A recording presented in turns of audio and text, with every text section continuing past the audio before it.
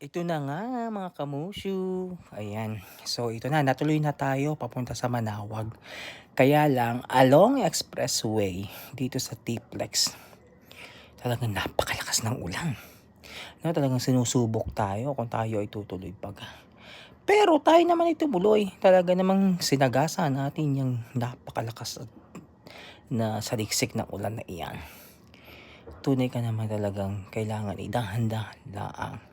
By the way nga pala mga kamusyu, ang gamit natin ditong sasakyan ay MG from China. So ayan, kaya yung mga nagwo-worry dyan kung okay ba, abay okay naman. So far ay walang aberya, napaka-smooth ng takbo natin. So siya, i-update ko na lang uli kayo sa mga susunod mga kamusyu. Salamat, subscribe and like our video.